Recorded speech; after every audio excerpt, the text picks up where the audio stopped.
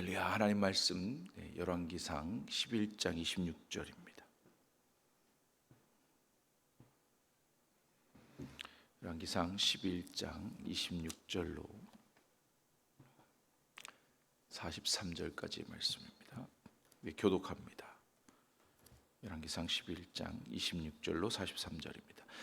솔로몬의 신하 느밧의 아들 여로보암이 또한 손을 들어 왕을 대적하였으니 그는 에브라임 족속인 스레다 사람이요 그의 어머니의 이름은 스루아이니 과부더라.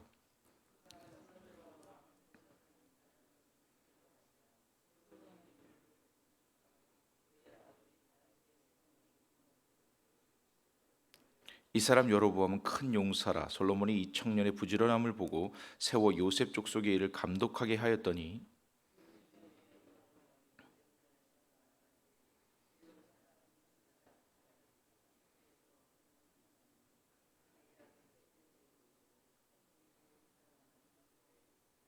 아히야가 자기가 입은 새 옷을 잡아 12조각으로 찢고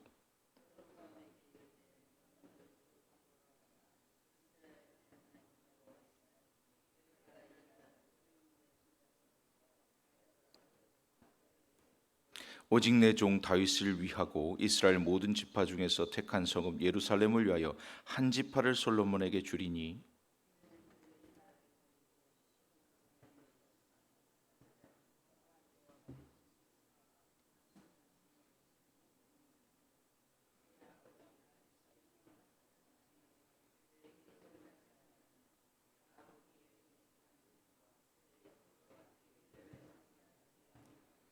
그러나 내가 택한 내 종 다윗이 내 명령과 내 법도를 지켰으므로 내가 그를 위하여 솔로몬의 생전에는 온 나라를 그의 손에서 빼앗지 아니하고 주관하게 하려니와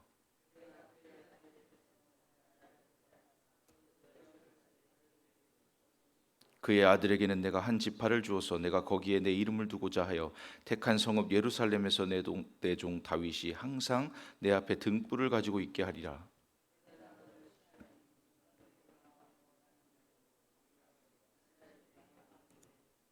내가 만일 내가 명령한 모든 일에 순종하고 내 길로 행하며 내 눈에 합당한 일을 하며 내 종 다윗의 행함같이 내 율례와 명령을 지키면 내가 너와 함께 있어 내가 다윗을 위하여 세운 것 같이 너를 위하여 견고한 집을 세우고 이스라엘을 내게 주리라.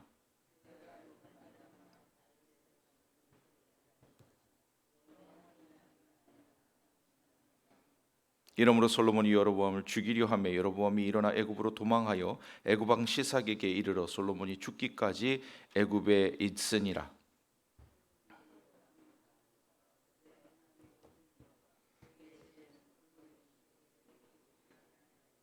솔로몬이 예루살렘에서 온 이스라엘 다스린 날수가 40년이라. 그의 아버지 다윗의 성읍에 장사되고 그의 아들 르호보암이 대신하여 왕이 되니라. 아멘. 오늘 말씀의 제목은 진노 중에도 약속을 기억하시는 하나님입니다. 우리가 배신을 당해 보면은 언제가 제일 아플까요? 배신당해 본 적이 별로 없어서 잘 모르시겠어요? 그럼 복되신 건 줄로 믿습니다. 내가 믿고 신복처럼 이렇게 가장 가까운 사람한테 배신을 당할 때 아픈 것 같아요. 더 많이 아플 것 같아요.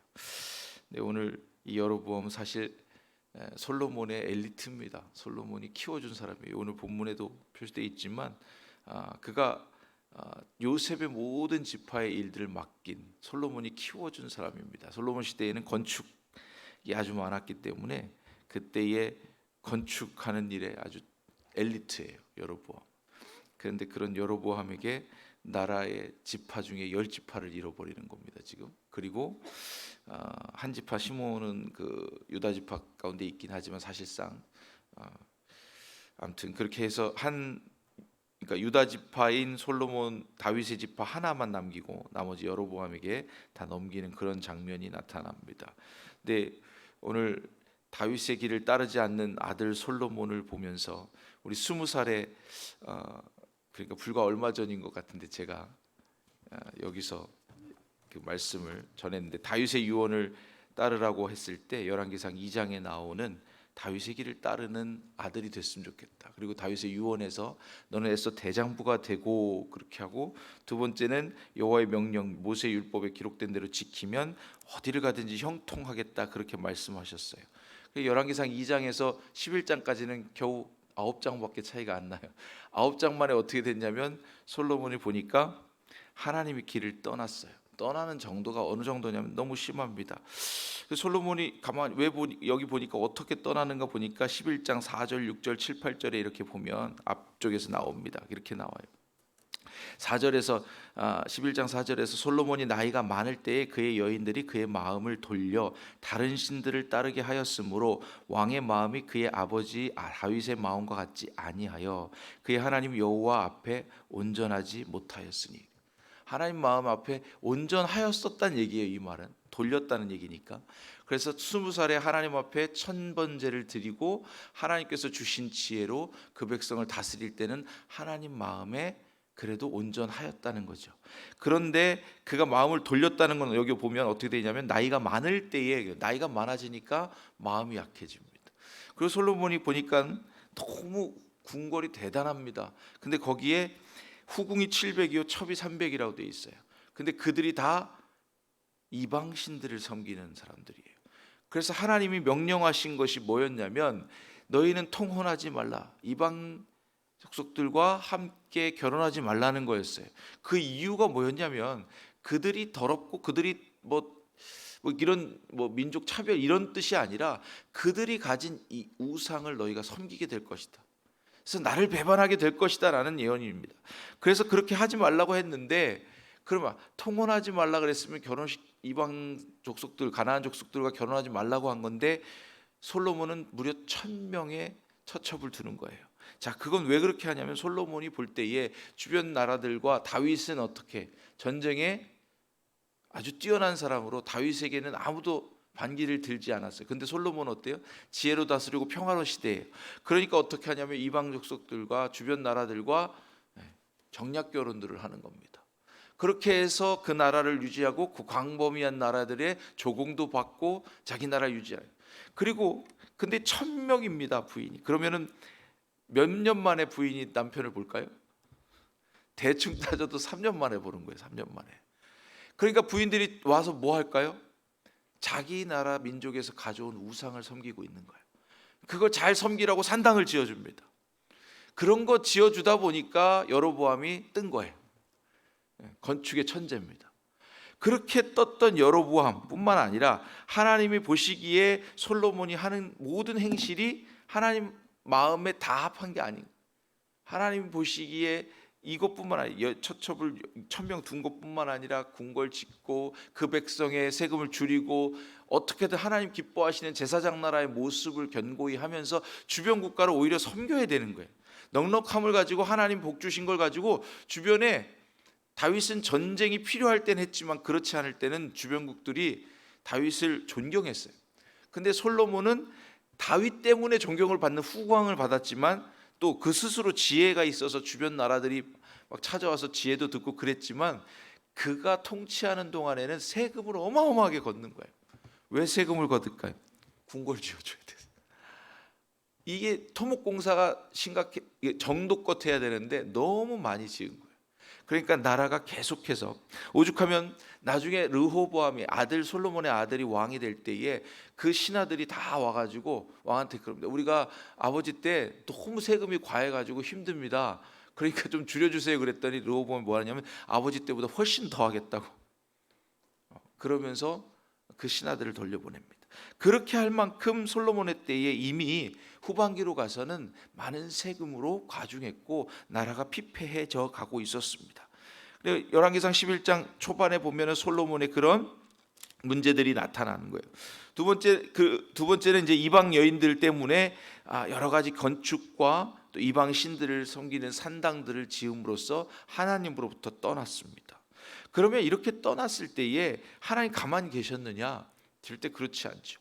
왜 가만히 안 계셨냐면 다윗에게 약속하신 것이 있었기 때문에. 하나님께서 솔로몬에게 2번이나 나타났다고 본문에 말씀하고 있어요. 2번이나 이미 나타나서 경고하였지만 솔로몬이 듣지 않았다. 근데 여기 보면 하닷, 르손, 여로보암, 오늘 나오는 여로보암까지 해서 앞에부터 하닷과 르손과 여로보암 이들을 통해서 대적을 통해서 솔로몬을 계속해서 괴롭히십니다. 하나님의 징계는 분명하게 있습니다. 어떻게 있느냐면 하나님 사랑하시는 자에게, 즉 솔로몬은 많이 사랑하셨어요. 왜 사랑하셨냐면 아버지 다윗이 잘했기 때문에.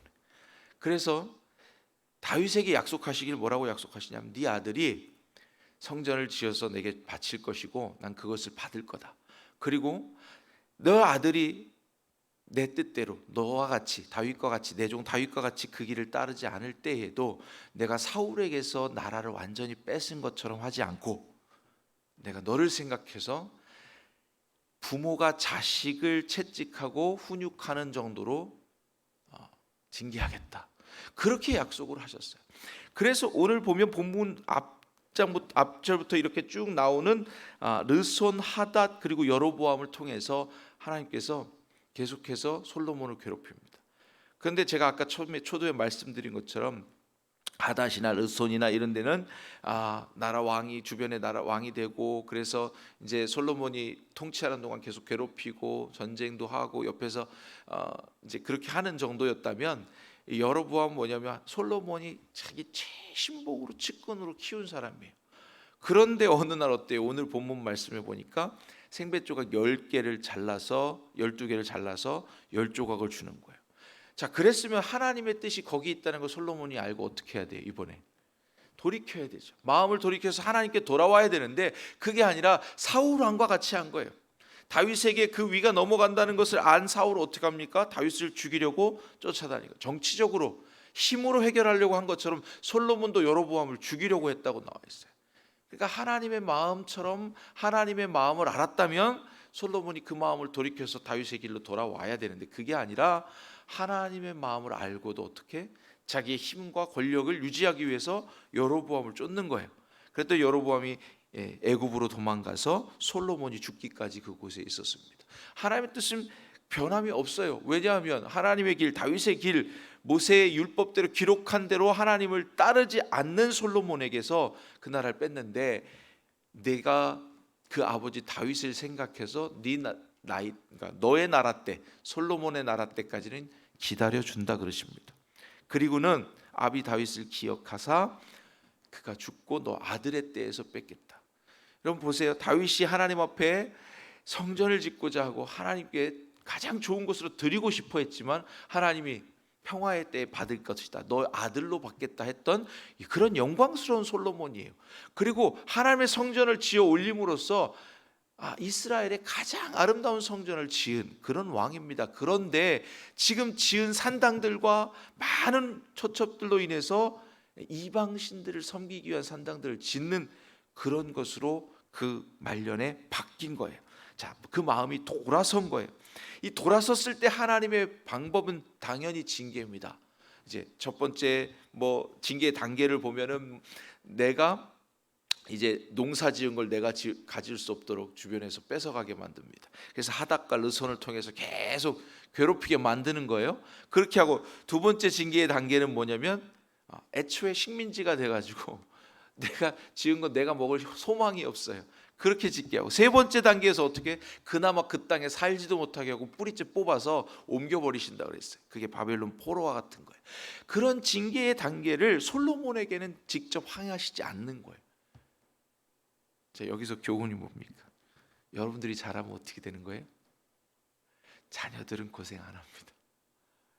우리가 기도하고 하나님의 말씀에 다윗의 길에 충성되게 하면 하나님이 우리를 보사 그 자녀대에서는 환난을 면케하시는 거예요. 이런 놀라운 은혜가 있다는 거예요. 솔로몬이 잘해서 받은 은혜가 아니라는 거예요. 다윗을 기억하사 계속해서 다윗을 기억하사 그렇게 말씀하고 있습니다. 잘할 이유가 너무 충분하죠. 하나님 앞에 충성할 이유가 너무 충분하죠. 우리가 평생 기도하는 제목이 뭐예요? 자녀를 위해서 기도합니다.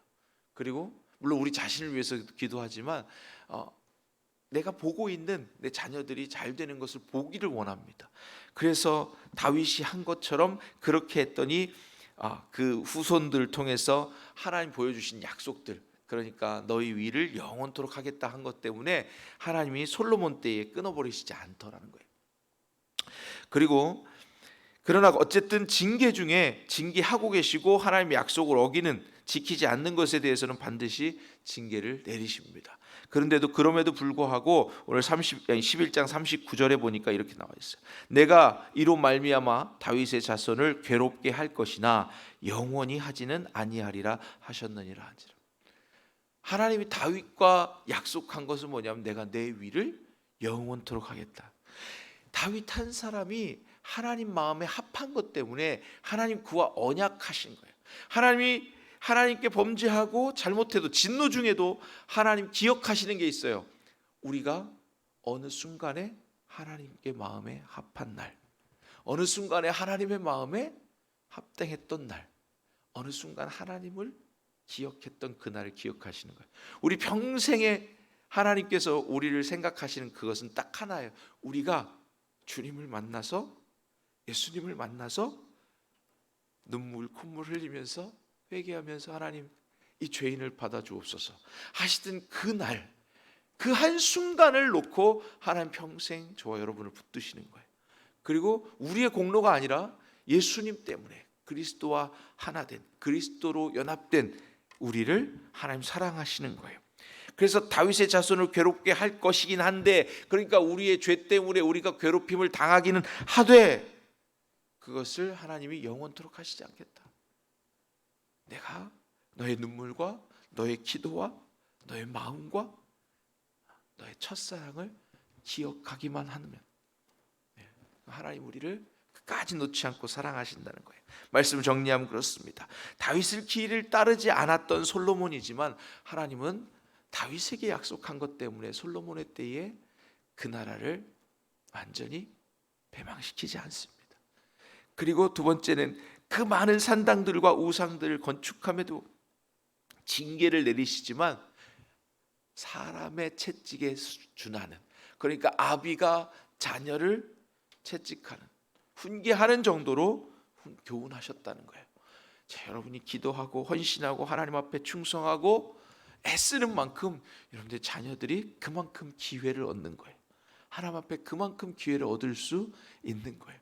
왜냐하면 부모의 신앙을 봤기 때문에, 보고 자랐기 때문에 하나님 앞에 기회, 엎드릴 수 있는 기회, 하나님 앞에 돌이킬 수 있는 기회, 하나님이 한 번 더 그 자녀에게 기회를 주신다는 거예요. 그리고 마지막으로는 하나님의 언약을 붙들어야 돼. 우리의 약속은 언제든지 변개될 수 있어요. 잃어버릴 수 있어요. 그런데 하나님이 다윗에게 약속한 것을 지우시지 않는 겁니다. 오늘 39절처럼 다윗의 자손을 괴롭게 할 것이지만 영원히 하지는 아니하리라. 우리 하나님의 언약의 말씀을 붙잡고 그 말씀으로 늘 승리하고 담대해지시는 저와 여러분 되셔서 하나님 주시는 복을 이 땅에서도 또 천국에도 많이 쌓아두시는 저와 여러분 되실 줄로 믿습니다. 우리 찬송합니다. 312장 찬송.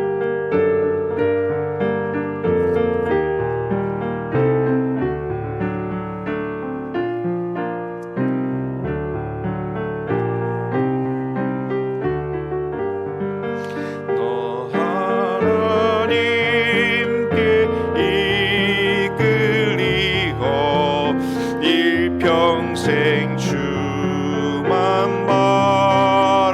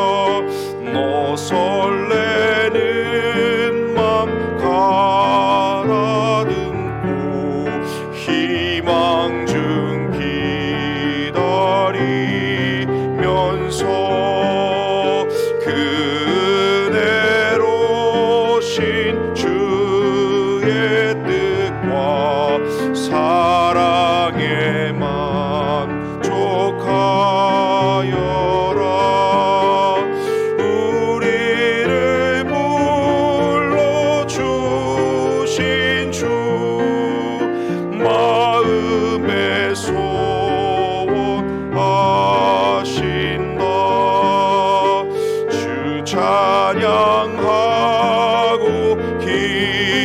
기도하며 내 본분 힘써 다하라.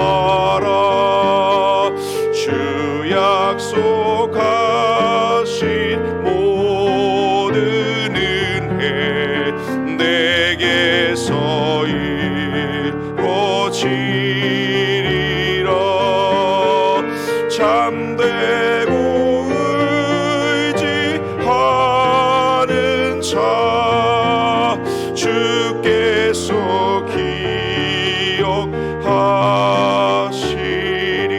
기억하시리.